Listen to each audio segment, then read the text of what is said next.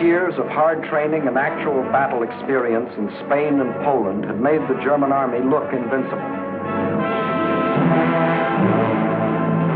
But what about the British and French? First, let's take up the British.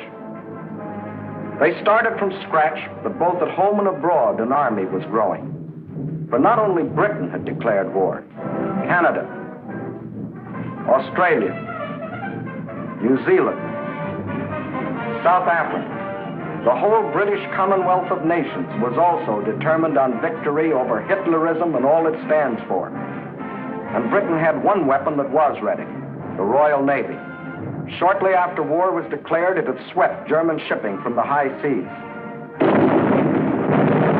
And units of the British fleet were deployed at Suez, Malta, Gibraltar, in the Channel, and in the North Sea, blockading Germany. World conquest was impossible without running smack up against the rock called Britain. How to strike at that little island? That was the question. Between Britain and Germany stood not only France, but the little countries of Luxembourg, Belgium, Holland, Denmark, Norway, and Sweden. The people of these small neutral countries were peaceful, hard-working, and free. They knew they were in the middle and feared violation of their neutrality. Hitler knew this. He also knew that if they united with the Allies, they would form a solid democratic wall against Nazi aggression, and their conquest would be far more difficult. So before striking with his armies, he used another weapon, the propaganda barrage, to confuse, to make them lose faith, to divide and conquer. To lull the fears of the little neutrals, propaganda minister Goebbels told them Germany didn't want a war at all. It was Britain and France that caused all the trouble. Then it was Hitler's turn. In a speech on October 6, 1939, he made them all kinds of specific promises. To the Danes, he said, "We have concluded a non-aggression pact with Denmark." To the Norwegians, he said, "Germany never had any conflict with the northern states and has none today." To the Dutch, he said, "The new Reich has endeavored to continue the traditional friendship with Holland." And to the Belgians, he announced, "The Reich has put forth no claim which might in any way be regarded as a threat to Belgium." And while Hitler was making these promises, his generals were cold-bloodedly picking out the first victim, Norway. And why did they pick Norway? Its many steep inlets or fjords would make excellent U-boat bases from which raiders could prey on British supply lines.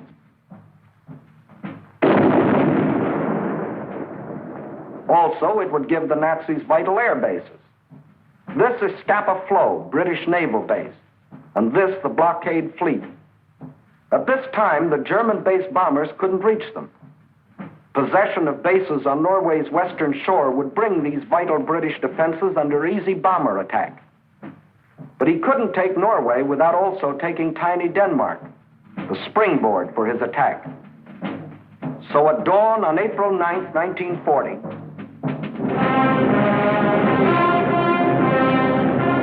the German army rolled across the neutral borders of Little Denmark, and in a matter of hours it occupied the entire country. By nightfall, Denmark is erased as a nation, and the Danes go into slavery. Although only 6 months before, Hitler had announced, "We have concluded a non-aggression pact with Denmark. The Danes will not forget." Meanwhile, in Norway, peaceful-looking German merchant ships like these had sneaked inside Norway's neutral waterway and tied up at all principal ports. That is, they looked like merchant ships. But if the Norwegians had had X-ray eyes, this is what they would have seen. The Trojan horse of ancient Greece brought up to date with new and deadlier weapons. At the precise moment that the Nazis overran Denmark, these quiet-looking ships sprang to life.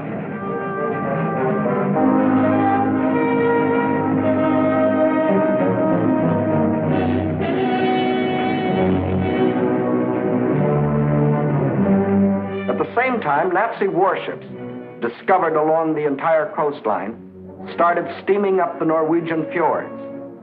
Ships, transports, tanks, men, planes, all flung themselves simultaneously upon a defenseless country.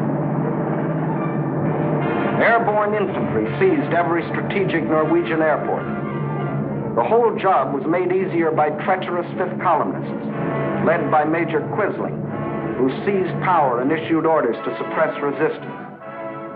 Nazi warships steamed past silent guns that could have blasted them out of the water.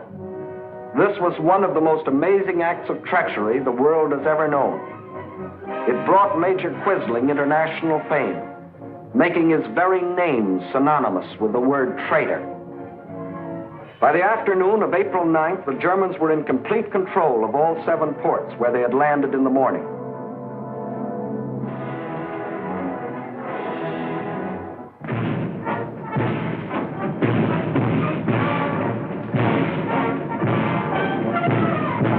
For the first time in more than 200 years, the people of Norway saw an invading army parading through their cities.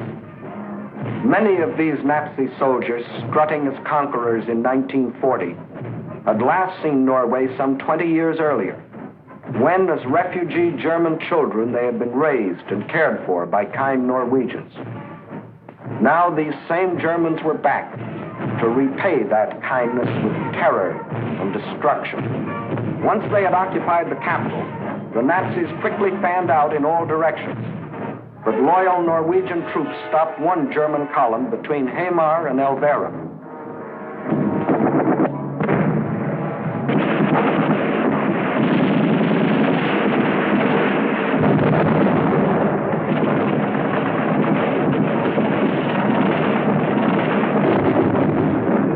So the Germans brought up their bombers.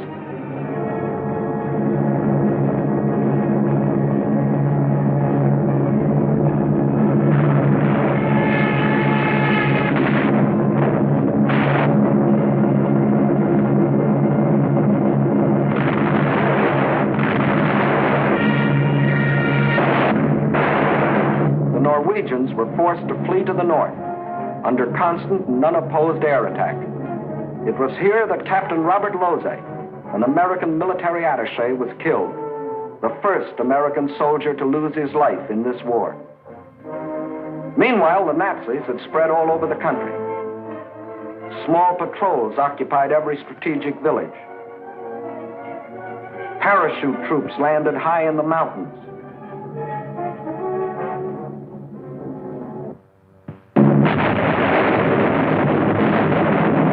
Unopposed bombing raids sent defenseless civilians fleeing in stark terror.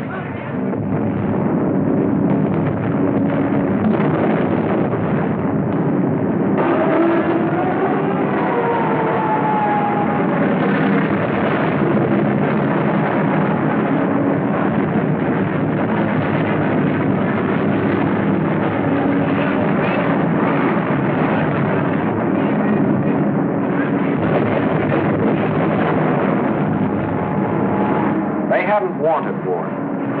They had done everything to avoid it.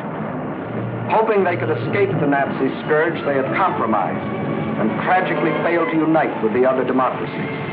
And now they faced the scourge defenseless and alone. For before the Allies could come to their aid, the Germans were in control of all principal ports. Regardless of this, British, French, and Polish contingents plunged in and made several landings along the Norwegian coast. They landed forces north and south of Trondheim and attempted an encircling movement on the city under constant, heavy, and almost entirely unopposed air attack.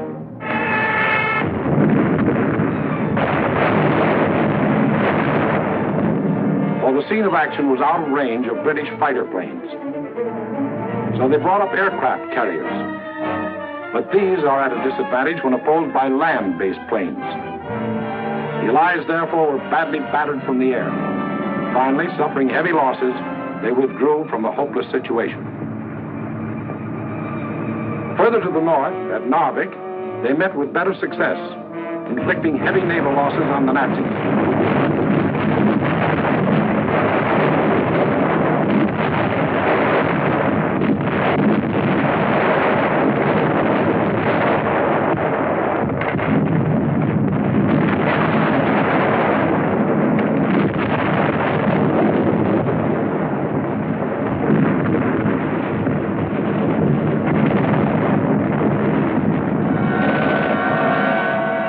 Landings and held the town for nearly 2 months.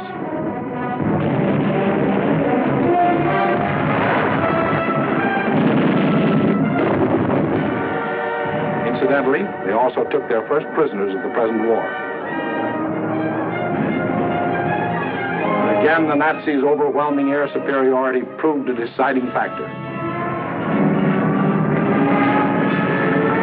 And the Allies were forced to withdraw under terrific air bombardment.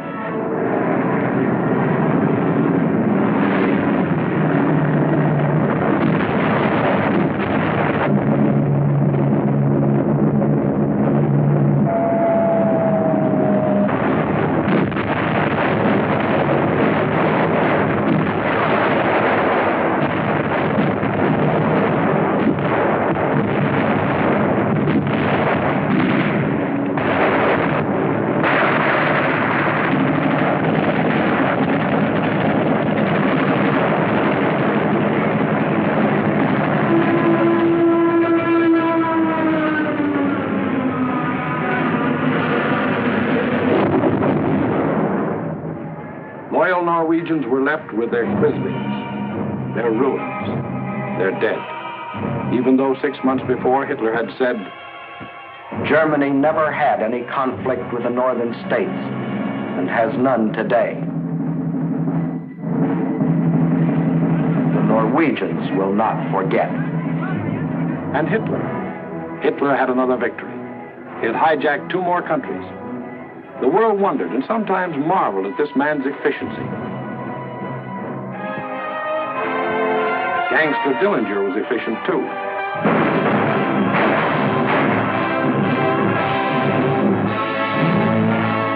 When a man or a nation throws away all regard for the laws of God and man, he is bound at first to be more efficient than his victims.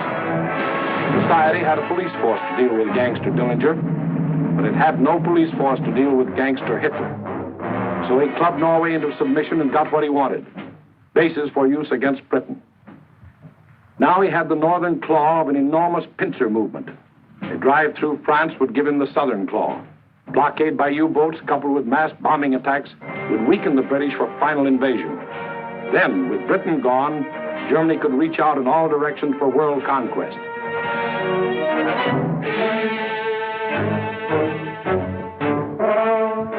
His next move must obviously be through France to get his southern claw.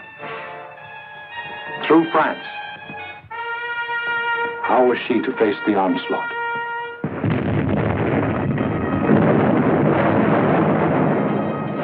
These scenes are ancient history. They occurred in 1914. The German armies, without warning, had smashed across neutral Belgium, invaded France, reached the River Marne only a few miles from Paris. Out of the French capital poured the French reserves, riding out to battle the enemy in every vehicle that could move. famous taxicab army. Note well, it was riding out to battle. In the center of the French line stood the 9th French Army, commanded by a then comparatively unknown general. On September 5th, 1914, he is reputed to have said, "My right is driven in. My center is giving way. The situation is excellent. I attack."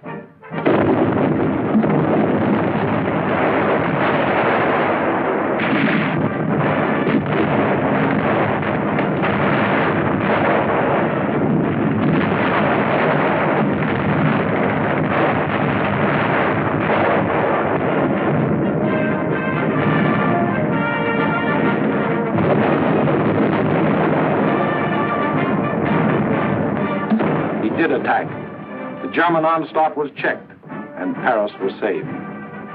That comparatively unknown general later became commander-in-chief of all the Allied armies and presided at the signing of the armistice with the defeated Germans on November 11, 1918. To this general, the French people erected a monument. To Marshal Ferdinand Foch, whose motto was, "Attack, always attack." Still later, the war-weary French people erected another monument. This one to a minister of war, André Maginot. Between the ideas symbolized by these two statues may well lie the military story of the fall of a great nation.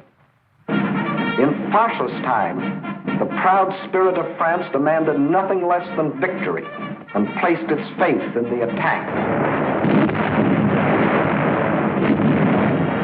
In Maginot's time, the spirit, no longer proud, asked only to avoid defeat and placed its faith in concrete.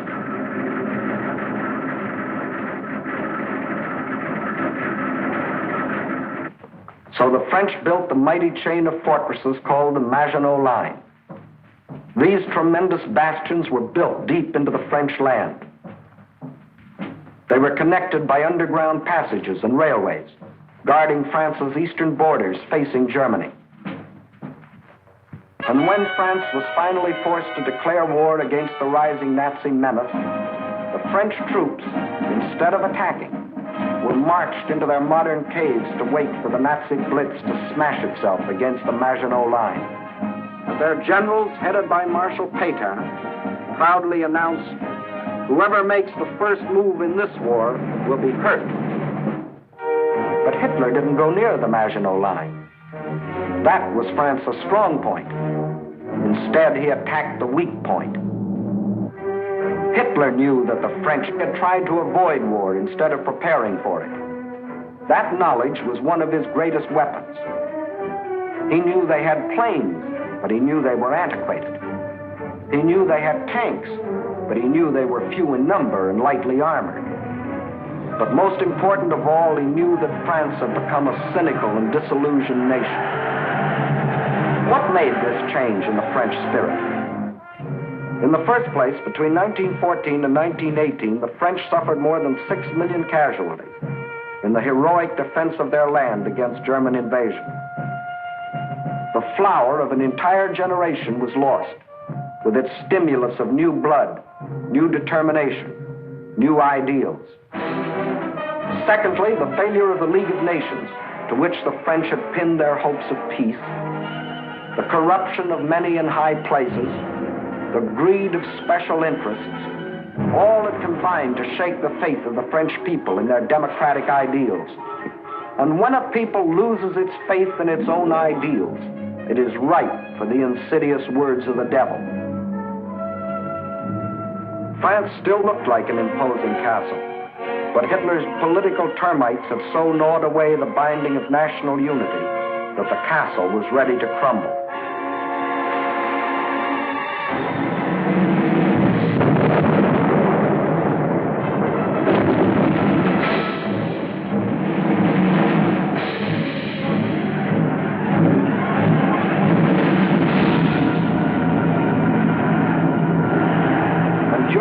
Months of military inactivity that we call the Phony War, a ceaseless barrage of German propaganda crossed the still waters of the Rhine to affect the soldiers in the Maginot Line.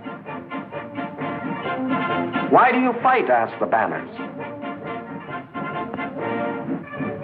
Poems and friendly notes were sent over by balloons. French tunes were played by German bands, and German hooey was broadcast in French. The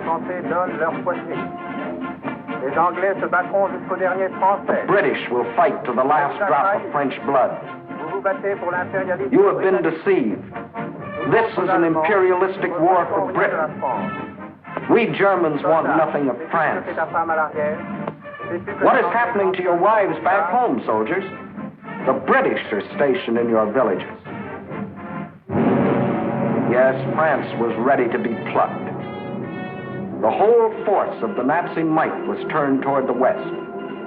How would they strike this time? Through Alsace-Lorraine as in 1870? Through the Low Countries as in 1914?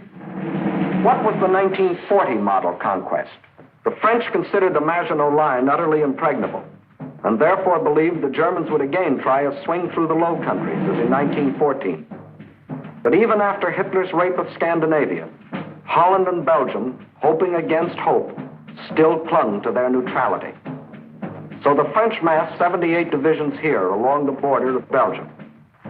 17 were in the Maginot Line. 10 divisions here in case Mussolini got bold. 3.5 as a safeguard against Spain. The British had 10 divisions here. The Allied strategy in the event of an attack against the Low Countries was to swing their armies like a gate into Belgium, the hinge being the north end of the Maginot Line. This all-important hinge was protected by the forest of the Ardennes, a hilly and thickly wooded area, honeycombed with streams, its roads narrow trails, its bridges too weak for military vehicles. French strategists estimated the forest of the Ardennes impassable for armored forces. As you will see, this was one of the costliest estimates in all military history. That was the situation on May 9th, 1940.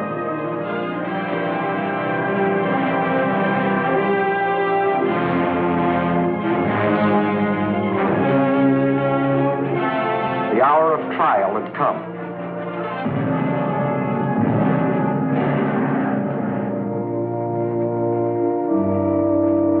The people of the democracies prayed for strength to meet the coming hurricane of terror.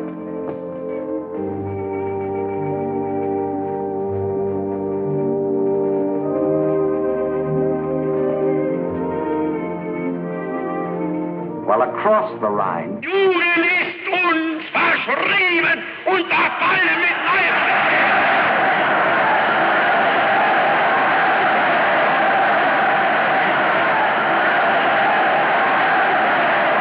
delirious madness possessed the German nation.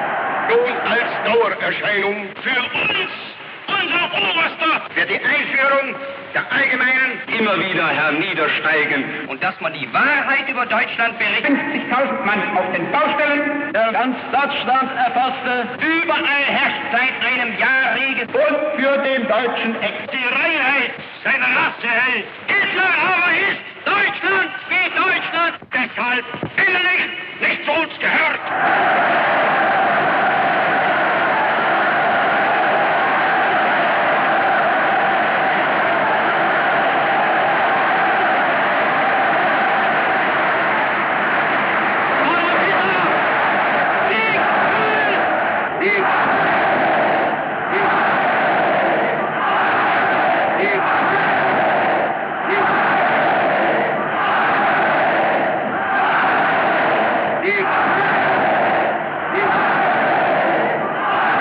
Der Tag had come.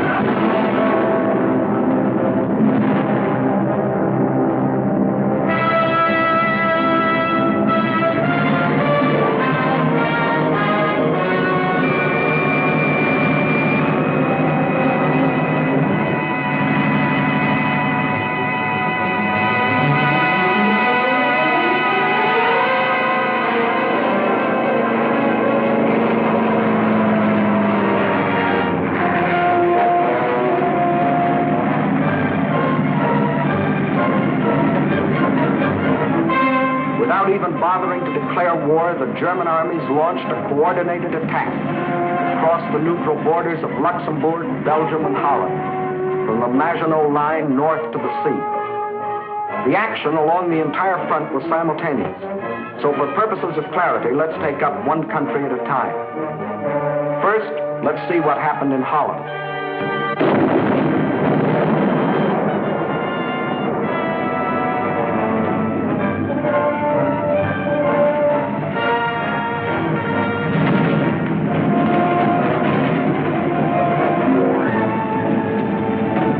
Nazi ground forces smashed through the improvised and hastily erected border defenses. But the main attack was to come from the air, far behind the defense lines.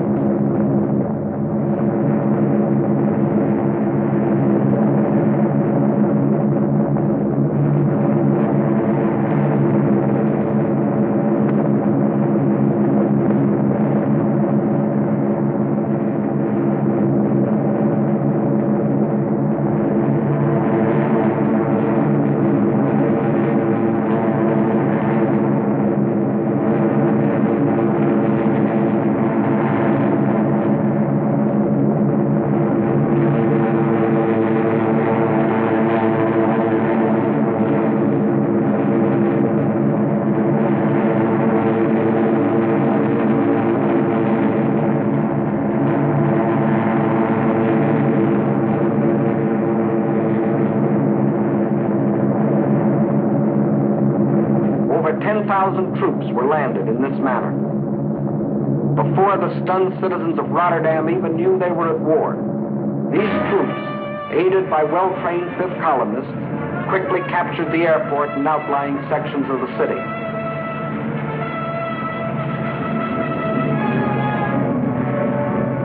Meantime, Nazi armored columns were racing across the country, their progress speeded by other fifth columnists who prevented the destruction of vital dikes and bridges. These forces effected a meeting with the parachutists landed in Rotterdam. The Dutch were doomed to defeat.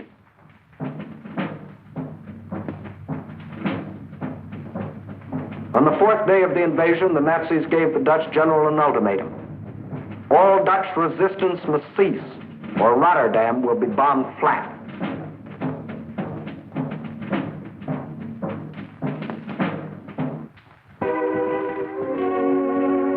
The Dutch general had little choice. To save the lives of innocent civilians, he accepted the German terms. But after the unconditional surrender, the Nazis bombed the city anyway.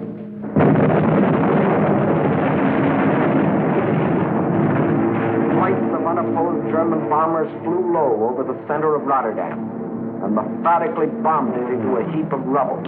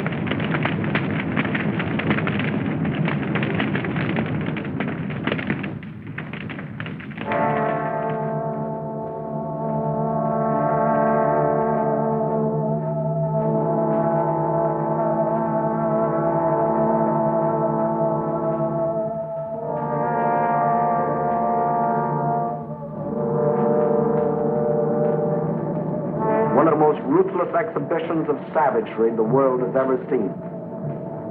Over 30,000 men, women and children were killed in the space of 90 minutes. Though only 6 months before Hitler had said, the new Reich has endeavored to continue the traditional friendship with Holland. The Dutch will not forget.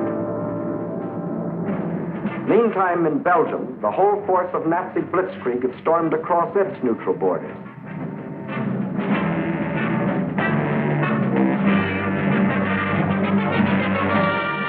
The main German attack was directed at the Albert Canal-Meuse River line, the anchor of which was Fort Eben-Emael, a modern and seemingly impregnable fortress. The Germans had secretly built a replica of the mighty fortress in Czechoslovakia and had rehearsed the attack until they knew every detail of the fort's construction and its every weakness. When the real attack came, it was foolproof. Parachute troops, dive bombers, flamethrowers, specially trained engineer battalions, all working together as a well-trained team.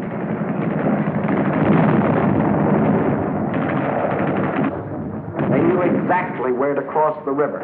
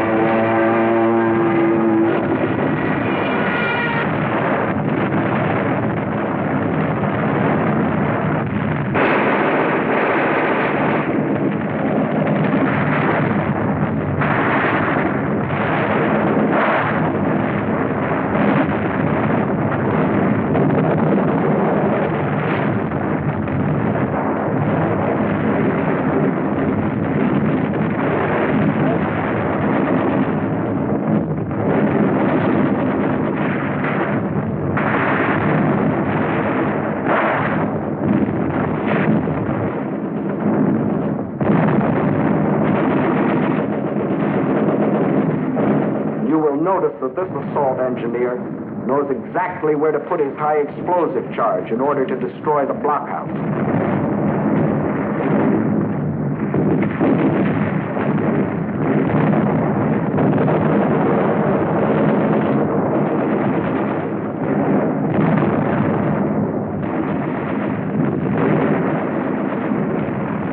Fort Eben-Emael withstood the Nazi attack exactly 2 days. And the German armies rolled on. Meantime, an hour and a half after the German invasion began, Allied troops crossed the French and Belgian border to meet the advancing Germans.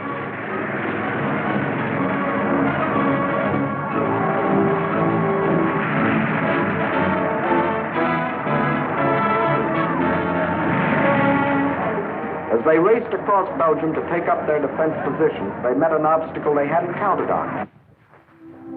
Refugees.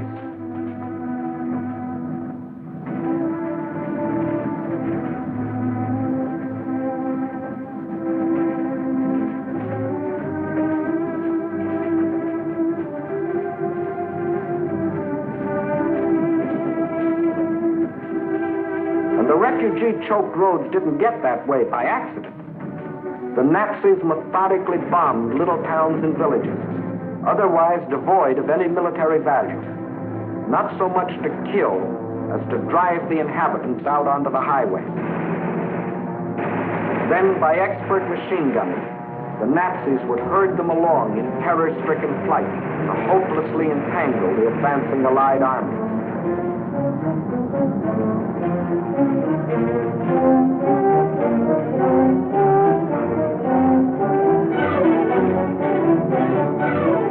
Refugees used as a weapon of war, a new low in inhumanity.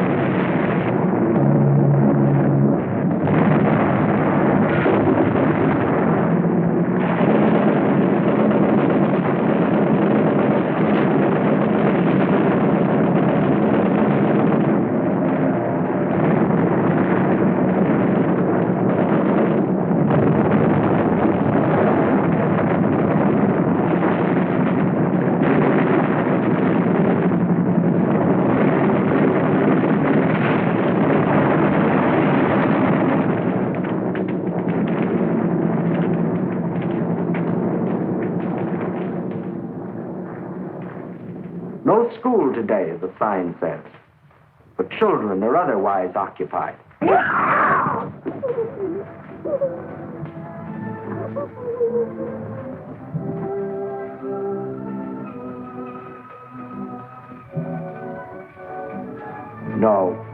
No school today.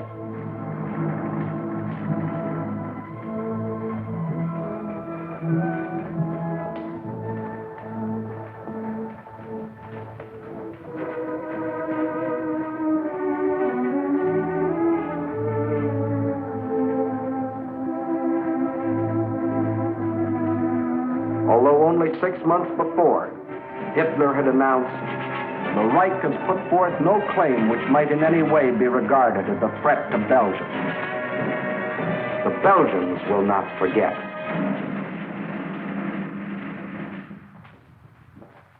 And what about the Allies?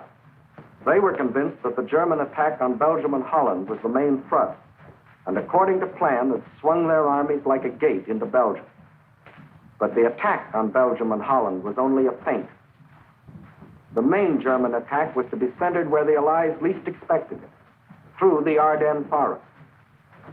For this decisive blow, they had secretly assembled the mightiest striking force the world had ever seen, including 45,000 armored vehicles.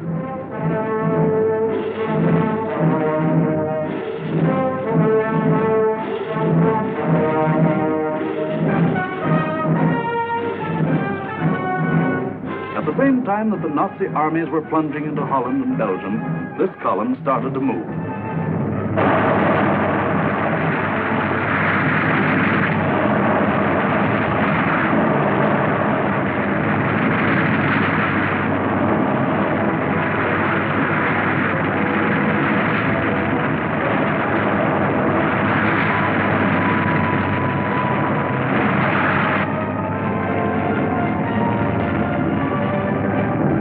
Well-trained engineer battalions went first.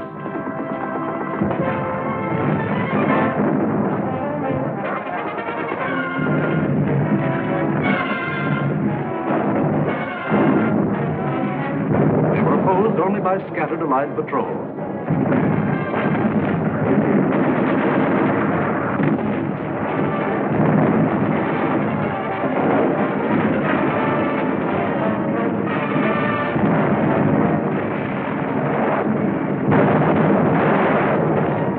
They cleared pathways for the tanks to follow.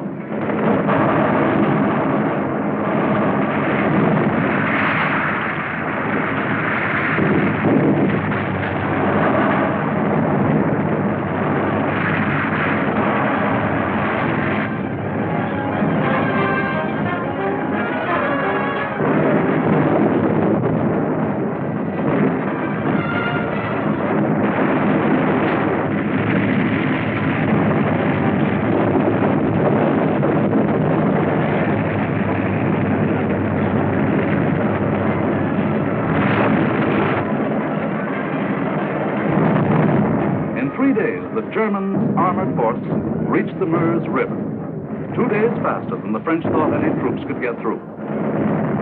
By old rules, the Germans should have paused here to bring up heavy artillery before attempting to force the river. But the Nazis had a new type of artillery, dive bombers. With them, they blasted the French positions across the Meuse.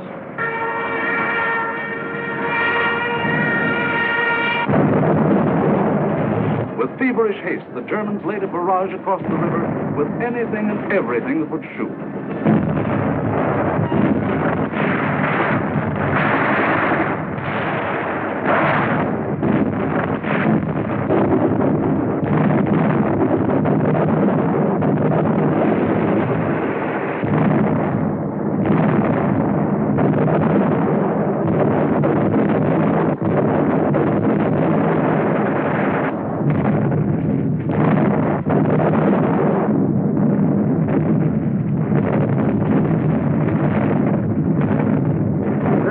Tremendous concentration of firepower continued all through the night.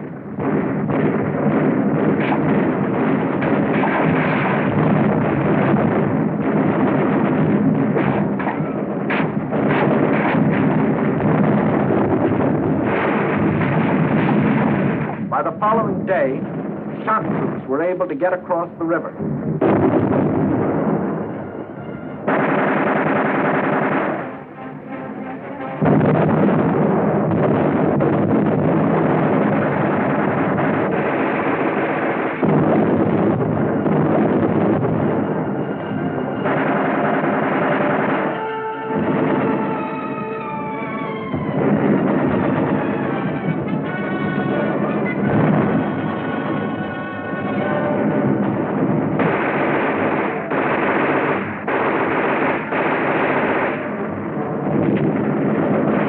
Shock troops held the bridgehead until the engineers brought up pontons and built bridges.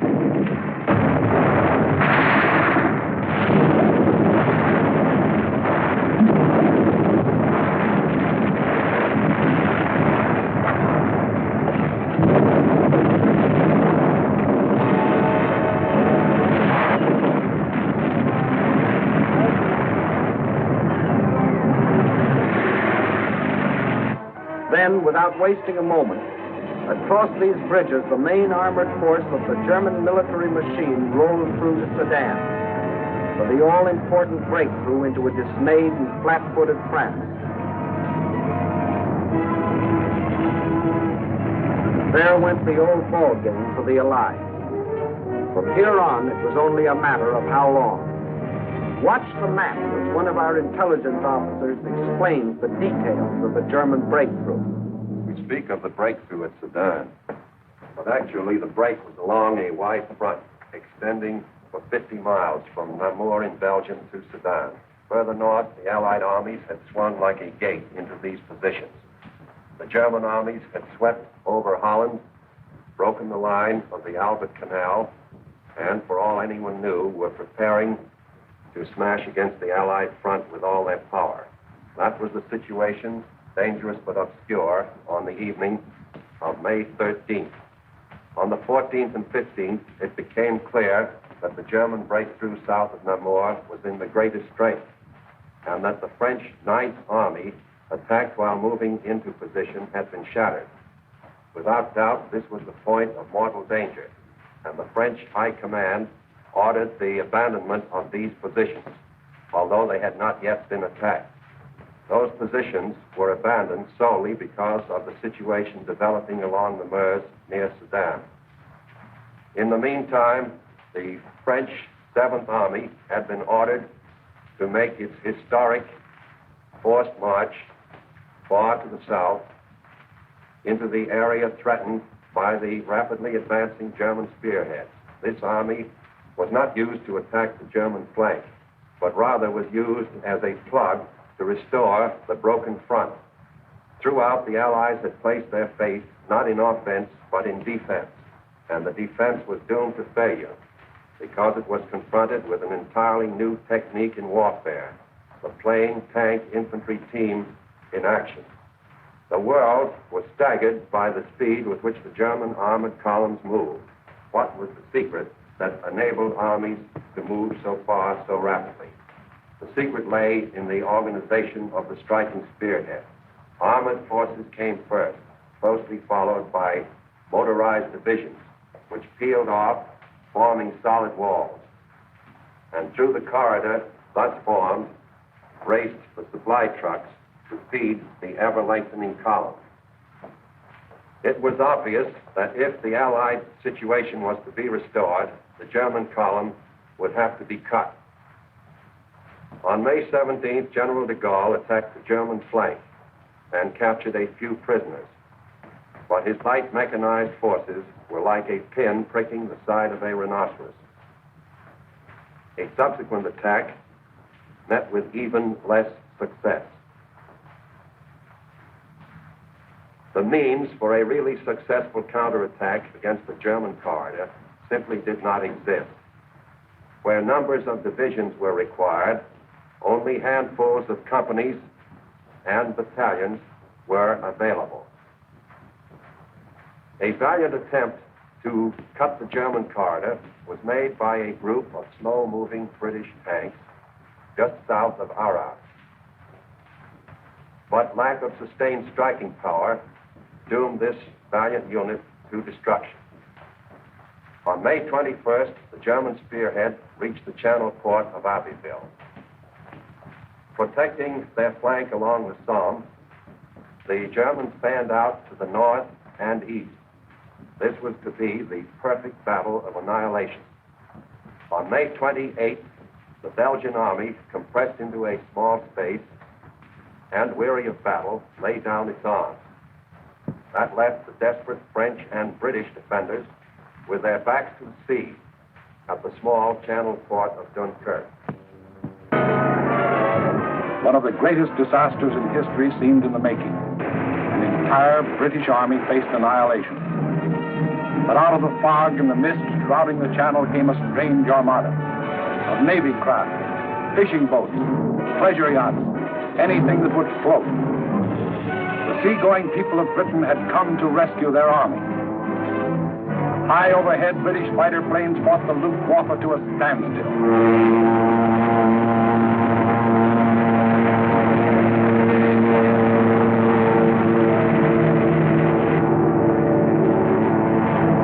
While below, small Allied suicide units held the Germans back long enough for the miracle of Dunkirk to take place.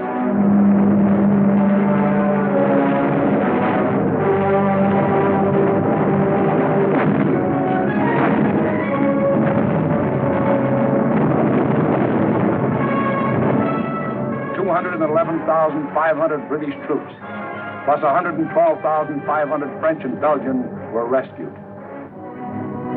Over 300,000 battle-tested men, grimly determined to go back again with new tools, new weapons with which to blast the hated Nazis out of this world. For free men are like rubber balls. The harder they fall, the higher they bounce. Leading the British by this time was a man who had been bouncing all his life, Winston Churchill, who had tried for years to warn the world about Germany. Meantime, the situation that faced France was as nearly hopeless as a military situation can be. 2/5 of the French army was lost. There were fewer than 50 divisions left to defend a front almost 200 miles long, running from the northern end of the Maginot Line to the sea. And behind that thin front line, there were no reserves. The despairing people of Paris sent their children south, praying that some miracle would keep them from harm.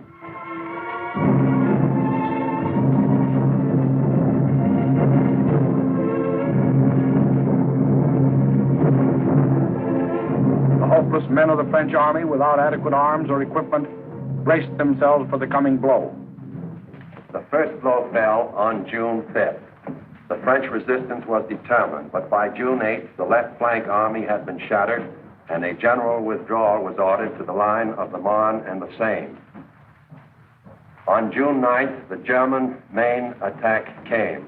Within 2 days, the German armored and motorized divisions roared out into the open terrain. With this breakthrough, the issue of the Battle of France was decided, and from that time on, there was official talk of an armistice. Now, what about the famous Maginot Line? Let's go back and take a look. On June 14th, the Germans launched 2 attacks against the Maginot Line. In both cases, penetrations were effected. But we must remember that this was against fortifications defended by men devoid of hope. In the meantime, Mussolini, now thinking it's safe, sent his division racing across the border. The hand that held the dagger has struck it into the back of its neighbor.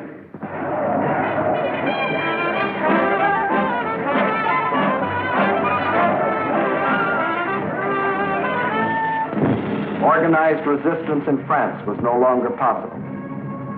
The government faced 2 alternatives: retire to North Africa and carry on from there, or give up the struggle. France's leaders were old and tired, and the oldest and most tired was Marshal Pétain. Egged on by men like Laval, who saw in a German victory his chance for personal power, on June 16th, Pétain asked for an armistice. The news is carried to Hitler, who received this word of a great nation's fall in a characteristic manner. Also characteristic were his terms for the armistice. It must be signed in the coach where Marshal Foch met the defeated Germans in the last war.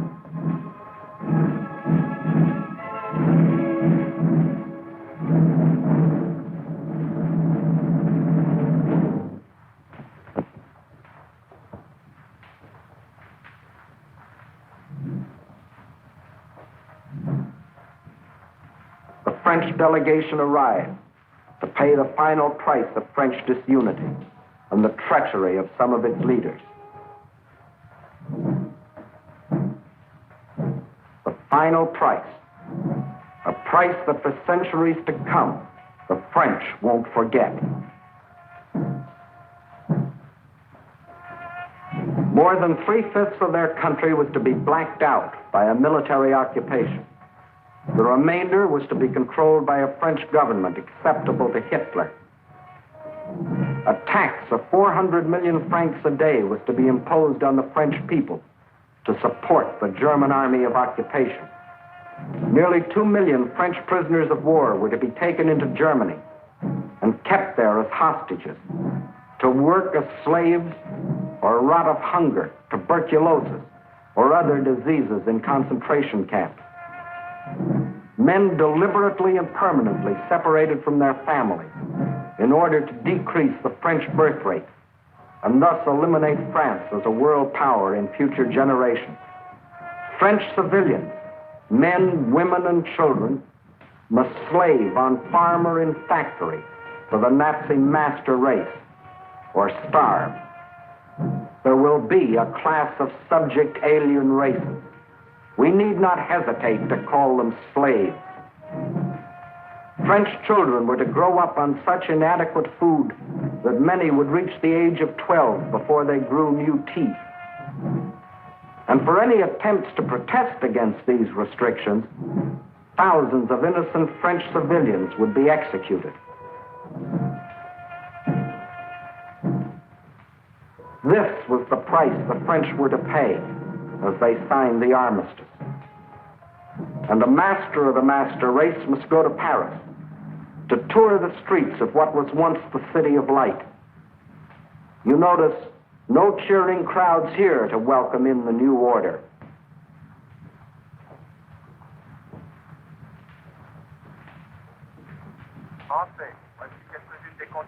When the people of Paris come to the streets again, it is to hear the voice of dictators telling them what they must do, how they must live, what they must say,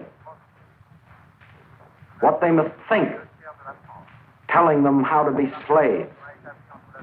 Gone is the Republic of France. Gone is free speech and a free representative government. Gone is liberty, equality, fraternity. These are the French. With their ears, they listen. But their minds and their hearts, these are down on the Mediterranean, where the battle colors of the regiments are being taken to Africa, out of the Nazi grasp. The people weep as their glory departs, for they don't as yet know that France has hope, a rallying point. Charles de Gaulle, a soldier in the great tradition of Foch, is not surrendering. He will continue to fight, gathering about him loyal Frenchmen from all over the world to become the Free French Army, the Fighting French. Yes, the people weep as they watch their colors go, not knowing that 2 years later, those same flags would again be unfurled in North Africa, alongside the Stars and Stripes, alongside the Union Jack. Once more, their leaders, General de Gaulle and the famous General Giraud, stand united in the common cause with the leaders of their allies. Once more, the red, white, and blue of France is raised on high. For out of the ashes of the defeat and the humiliation of France, her soul has been born again.